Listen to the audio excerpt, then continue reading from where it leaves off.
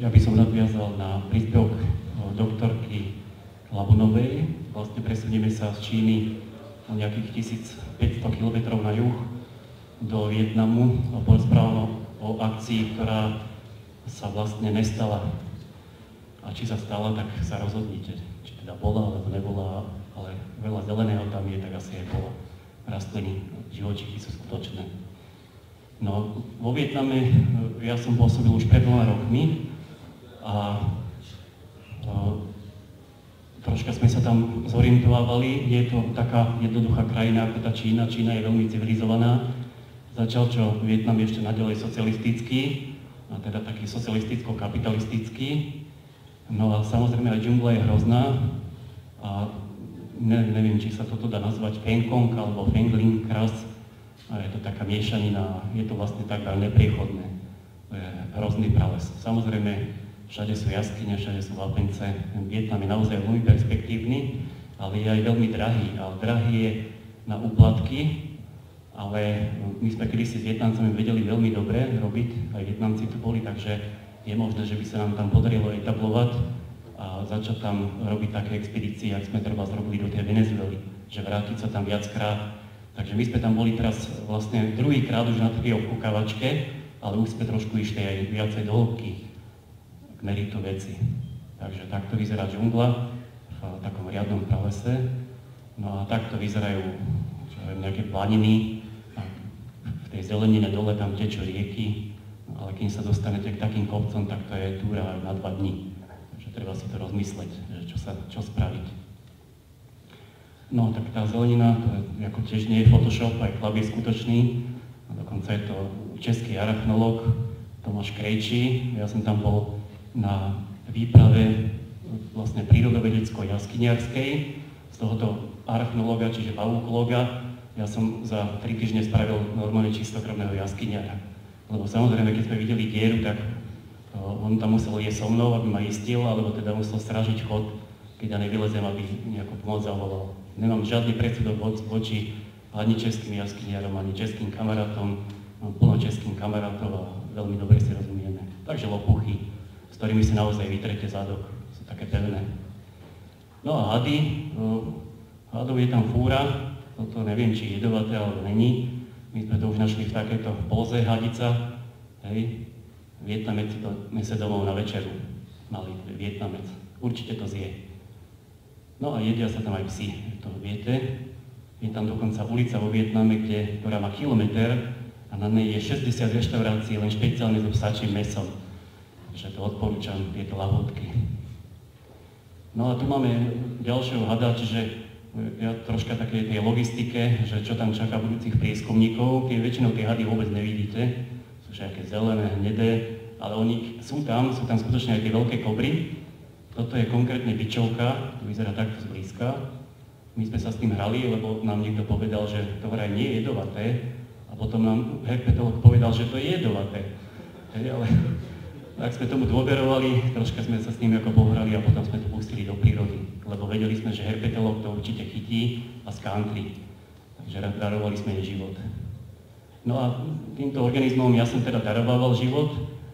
Pijavica, keď pôjdete do tropov, niektorí to pália cigaretou, ale to je dosť také drastické, lebo tá pijavica to bolí, tak prečo nezachovať biologický obeh prírody, tak s nechtom, s takým dlhým špinavým nechtom po 2 týždňoch, ako košel mi to poradil, že s tým dlhým pazúrom to pekne tak odrapnete a pijavica ďalej žije. No, keď sa nacúca, ona sa nacúca pomerne rýchlo, ako keď ide to od nôh, ináč pijavice nežijú vo vode, to žije normálne na zemi, mraky sú tam pijavíc, takže furt si dávate dole nohavice a furt si pozeráte, že či máte už nasaté, lebo keď nestihnete tú pijavicu, tak ona vám vyleze až túto police, až za ucho a tam sa natúca. Musíte to priebežne každú tak hodinku si kontrolovať, že tu má pijavicu takú prísatú, hej, taký model. No a samozrejme krváca to, aj to hnisa, takže hneď to treba čistiť. No to je ďalší problém Vietnamu, že podvodníci. Polovička národa sú vlastne podvodníci, aj podvodničky, ale aj z tohto dôvodu sme si veľmi dobre rozumeli. A naučili sme sa tam obchodovať s nimi asi tak za 2 dní. Prvé 2 dní sme minuli $300 a potom už ďalšie 2 týždne povedzme len 100. Čiže naučili sme sa veľmi rýchlo obchodovať. Tuto je taký Gringo, on má pôvod v Amerike, tento chalan, je tiež z Čiech, žije v Bratislave, ale ten sa to nevedel naučiť s tými americkými koreňmi, že oni sú tí Vietnamci trošku ako Slováci, takže veľmi dobre to išlo s nimi, dohodnúť sa na cene. S tými to už išlo ťažšie sa dohodnúť, to sú takí ako rangerov policajti, my sme nevedeli, čo tam vlastne robia, to je pri laoských hraniciach a my vyjednávame, že či sa môžeme ísť pozrieť do prírody. Tak dali nám čaj, ale to by boli takí ostrejší chlapici, nie tak ako tí taxikári, takže tí nám kľudne povedali, že nie. Po hodine čajovej povídky. A rozprávali sme sa takým spôsobom, že my po slovensky, po česky, oni po vietnamsky, všetko sme si rozumeli. Úplne všetko. Hej. Toto som sa skamarátil s jedným rangerom a s jedným nosičom, takže dalo sa to nakoniec. To je smog vietnamský, ako oblohu nevidíte čistú, dokonca ani pri pobreží, lebo všade je obrovský smog. Zrejme to je to isté aj v Číne. Takže polovička ľudí nosí tie rúška a je to tam problém. No a ten cieľ našej výpravy, budete nakoniec vidieť jaskyne, nebojte sa. Ako viete, ja som sa dal do školy, hoci teda s doktorátom, ale dal som sa na zoologické štúdium po stopách doktora Košela, on ma tak ako trošku motivoval. No a toto konkrétne zbieram pavúkov, pretože pavúky žijú aj v jaskyniach, napríklad na Balkáne, a je tam plno neobjavených druhov. A ten živočíšny svet je veľmi pestrý, biospeleologický, ale samozrejme, pokiaľ chcete robiť biospeleológiu, všetko je to chránené už, musíte mať kvalitné vzdelanie, musíte mať fundament a až potom môžete zbierať a potom môžete určovať nové druhy. No a tak ja som tam išiel si aj nazbierať občas nejaké pavúky. Hento, tá tyčka, s tým zrážam vlastne z vegetácie pavúkov a lovíme to. Takže ja som pomáhal biologom zbierať pavúkov a on mi zase pomáhal liesť do jaskyň. Toto je náš herpetológ, ako plno nových žiab. On vždycky vyliezal do terénu až v noci, nachytal hadov, žaby. Boli tam skutočne aj kobry. Jednému chlapovi, nášmu Tomášovi Krejčimu sa stalo, že padol v džungli, zablúdil v pralese, padol v džungli a pol metra od neho skutočne 4-metrová kobra, taká pásavá, obrovská, sa vstýčila, teda neodfotili ju, ale to bol asi najsilnejší zážitok z Vietnamu, že ho neštipla. Pretože keby ho štipla, on o akcii mi vôbec nič nepovedal, ja ho v tom lese samozrejme nenájdem a normálne by mi zmizol človek, zo sveta. Takže asi by som mal zase ďalšiu starosť navyše.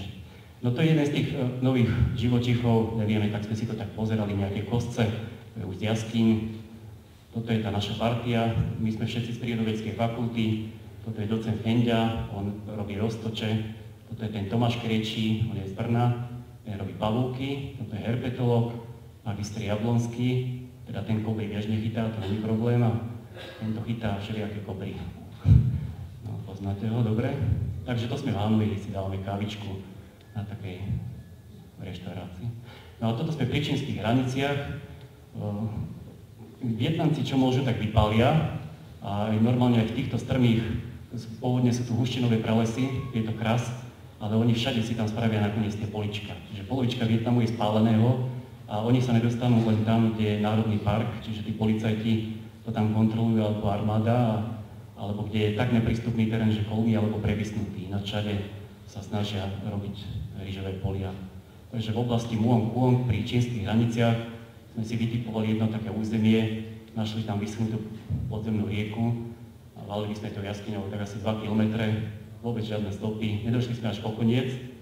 Ja som mal halnovú čelovku, tam mi prestal svietiť, tak potom sme mali už len jednu tyku a rozhodli sme sa, že sa radšej vrátime. Počuli sme rieku, nie je to ani zmapované, ale tak vieme, že to tam je. A potom sme si ešte pozerali, 2 dní terén sme si pozerali okolo, aby sme vedeli, že kam tá jaskyňa vlastne valí, to môže mať 10-15 km, nevieme ešte zatiaľ. Toto sú také veci, čo tam nájdete bežné, nie sú to pavučiny pavúkov, ale toto sú voľaké muchy, lebo diptera, toto natiahnuté, to je živočích.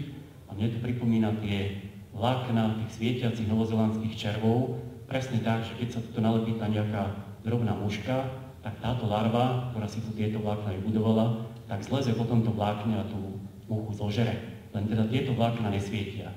Ale našli sme to tam vo viacerých jaskyniach a ešte sa rozhodujeme, že čo s tým. Je to nejaká taká ekologická zaujímavosť. No ako to hovorila pani doktorka Labunová, že tie jaskyne majú taký dýčovitý rast, také tie sprístupnené, takže aj tam nájdete v každej tej nejakej druhej jaskyni taký nejaký chrám alebo nejaké pietné miesta, to je taký areál. Hovoríte sa, takto tam robia nejaký obrad Nevyhnali nás, samozrejme sme to celé natočili, bolo to také drsné, celkom ten úvar, nejaké krstiny, ale také s mečom ich tam tak plácal vo chrbte. No, teda. No a ďalšia nejaká sprístupnená jaskyňa, ktorú sme si tak išli pozrieť, lenže nám dali baterky, dali sme im $2 a chodte. Takto takýto chodník, tá jaskyňa, táto mala sprístupnenú trasu asi 1 kilometr. Kým mu chlap sprístupnil, tak mu to trvalo možno 2 roky, natiahol elektriku a my sme sa ho potom pýtali, toho majiteľa, nás tam pustil normálne samých, že chodte, pokiaľ dojdete. A pýtame sa ho, že čo je za tými poslednými káblami, on hovorí, že nevie. Vôbec, to znamená, že on 2 roky sprístupnil jaskyňu, ale on nebol vôbec ďalej, že na čo. Takže jaskyne ich zaujímajú len do miery nejakej ekonomickej výťažnosti. No, čo sme my zistili ako taký nový biologický fenomén, že najviac fauny jaskyne je pri takýchto oltároch, keď zdvihnete, tak sa všeličo od toho vymrví, lebo tam sa zdržujú ľudia, občas sa tam aj niekto vyciká, niečo tam dá, nejaký podarunok k tomu bohu ich, a takže aj fauna tam potom nakoniec prileze. Veľmi dobré miesta.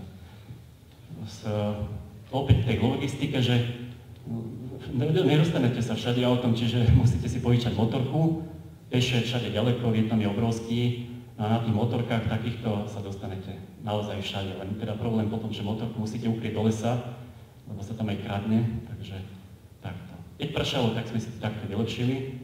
Ja si dal takto kapucu a niekedy sme sa aj dvaja zliezli na tej motorke, to bolo celkom také dobré. No a tu je benzínová pumpa. To je teda obchodík, dojdete, nalej vám z fľaši a to stačí. To je benzínová pumpa. Cuc Phuong, to je v centrálny Vietnam. Tam sme asi 3 dní aj tak kvázi bádali, tak vyhľadávali sme vlastne nejaké výbery, nejaké jaskinky. Tu sme jednu našli, opäť asi tak 500-600 metrov. Tam boli stopy po ľuďoch, lebo je to na takom turistickom okruhu, ale jaskyňa nemá mapu. Vôbec Vietnamu, pokiaľ tam neboli nejakí talianskí alebo belgickí jaskyniari, britskí, tak väčšina tých jaskyň nemá mapu, ale sú to veľké jaskyne. No, toto je taká sprístupnená oblasť, je s jaskyňami tam Kok, taká dosť atraktívna, že sa tam plaví na loďkách a vlastne všetky tieto údolia, to sú zrútené jaskyne. Prevalili sa plafóny a občas tými jaskyňami sa aj plavíte. Asi 3 hodiny to trvá, je to hrozné, únavné, idete asi cez 15 jaskyň, ale potom už je to všetko na jedno kopyto, takže idete do McDonaldu. Kebang, veľmi zaujímavá oblasť na prieskum, tam sa teda rozhodujeme, že sa vrátime, pretože je to taký súvislý krás, tie kúžele, alebo tie mogoty, alebo tie fenglingy, fengkongy sú súvislé a samozrejme tie jaskyne nie sú poprerucované, iba občas nájdete nejakú šachtu, ale tam sú veľké systémy, čiže tam by sme sa radi vrátili a ponúkam tú možnosť, lebo do Vietnamu my sme si zaplatili letenky cez Pelikán, veľmi lacné, za 540 € a ten život v tej krajine je veľmi lacný. Autobusy ako u nás drahé, strava asi o polovicu lacnejšia, čiže bežne v reštaurácii a krásne tam môžete žiť a tie jaskyne sú niektoré aj ďaleko, niektoré aj v civilizácii, ale môžete to prestriedať, ten ťažký výskum s tou civilizáciou, veľmi dobré pomery. No tuto sme našli takú oblasť jednu na kontakte nekrasových vecí s vápencami. Vytekala tam normálne velikánska rieka, tam nám chýbali člny. My sme tam vlastne len tak namatkovo nazreli a jednoducho išli sme po riečisku a hlboká voda a bolo treba člny. Takže člny sme nemali zatiaľ, ale jaskyne máme poznačené, vieme kde a odvodňujú asi dosť veľké územie. Normálne v jaskyne nájdete žaby, či tam chodia rodiť alebo čo, nevieme, nejaký možno aj endemický druh. Nájdete tam aj vtáky, takéto zvláštne, to tiež ešte nevieme, že čo je. Toto je taká jaskyňa, kde som v pohode vkráčal, som si myslel, že je však taká veľká diera pri ceste. Tak som asi 500-600 metrov vyšiel, potom tam vznikla riečka, na to sa pripojila druhá riečka, ja som si tam nachytal fauny, ale nedoskúmané jaskyňa asi 600-700 metrov pokračuje do masívu. No toto je človek veľmi známy, volá sa Howard Lindbergh a vlastne títo chlapi, britskí jaskyniari tam skúmajú od 90. roku. Si možno spomínate, Jano Tencer písal takých prvý článok v 92. roku spravodají, to boli oni, títo chlapi. My sme vtedy skúmali vo Velebite a oni začínali vo Vietname. Furt sú takí istí, toto je teda ich líder, on tam skúmal aj s manželkou. Tu je aj plno turistov, kadejakí sprievodcovia, ale tí Briti, to sú starší páni okolo 60 rokov a oni dokážu v tej džungli veľmi dobre fungovať. Takže sme sa aj porozprávali, toto je ďalší, čo sa volá tuším Sweeney, To je taká postavička, veľmi dobrý doprave sa veľmi dobre tie húštiny preráža svojím telom 100-kilovým, má hrubú kožu hrošiu. No a toto som sa vybral na taký výlet, taký za $300, aby som sa teda dostal do oblasti, kde je najväčšia jaskyňa na svete, teda podľa Vietnamcov, Hang Son Doong, ale do tej som nešiel, lebo tam treba tých $3000, tak my sme dali len 300 a oni nás zobrali do vraj tretie najväčšej jaskyne na svete. Tá sa volá Hang En. Ide sa tam takým údolím, to už normálne vojdete do diery.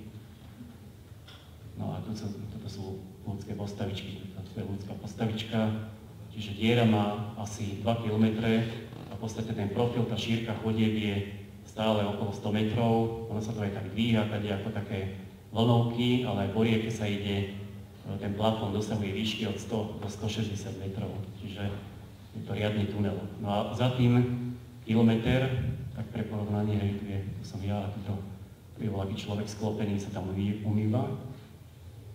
No, velikánska je to jaskyňa naozaj. Ja som bol zvyknutý na veľké jaskyne z Južnej Ameriky, na Brederovú jaskyňu, Kolibri, Mučimuk, ale tieto sú ešte naozaj dvojnásobne väčšie. Čiže v tom Vietname je možnosť, stále veľká možnosť objaviť aj najväčšiu jaskyňu na svete. Nie je to samozrejme nejaký dôvod tam chodiť, ale jaskyňarstvo sa tam dá robiť výborné. No, toto je nejaký turista, čo tam bol s nami, taký Londýnčan, azijský, ale čo tam je, netopierik. Je tam plno netopierikov, ten netopierik, keď spadne 100 metrov zo 100 metrovej výšky, tak sa troška dochromaždí a už mama si ho nevyzdvihne, lebo je pokazený, tak už tam tak pomaličky skapíňa a začnú hrať živočíky. No a v noci bolo zaujímavé, že my sme tak v noci kempovali. Ukážem, takto. A naspäť môžeme ísť? Takto.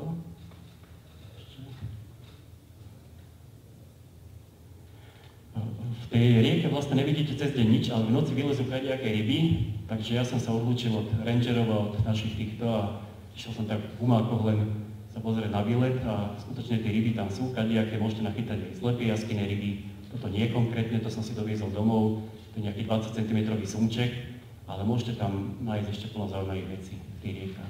Takže takto vychádza jaskyňa Hang En a odtiaľto, keď pôjdete ešte kilometr peši, tak dojdete do Hang Son Doong, to je tá najväčšia jaskyňa sveta, veľká propaganda sa okolo toho robí, ale listy do tejto jaskyne sú vypredané až do roku 2015.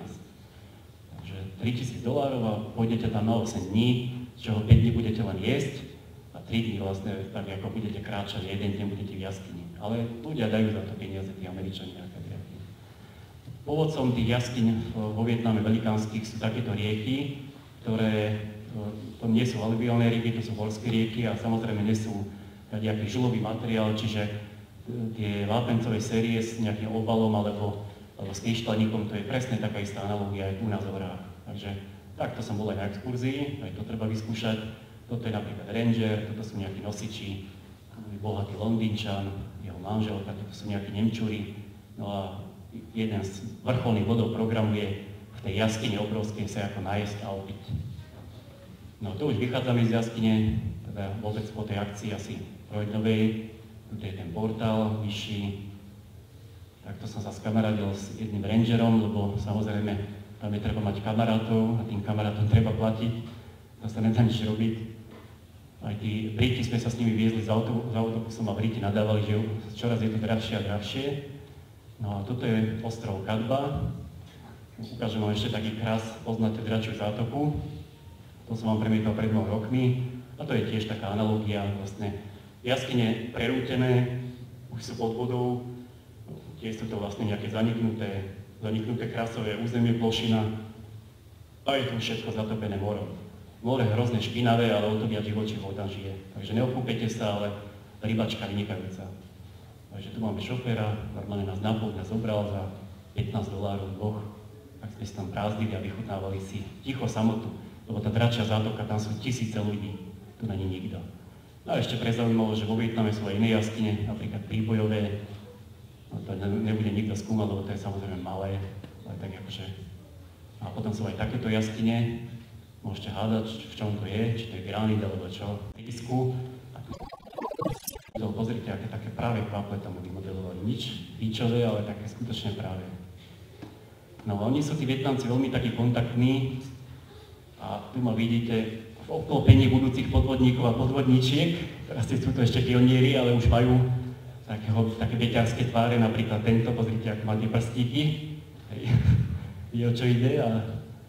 No a takto sme skončili výpravu, čiže dá sa tam vo Vietname krásne okúpať, aj sa musí tá ťažká akcia nejaká, tá džungla sa musí kombinovať s takýmito rezortami a tam si oddychnete a potom zase na týždeň sa môžete doprava sa vrátiť, čiže hore vidíte, že kedy by sme sa radi vrátili.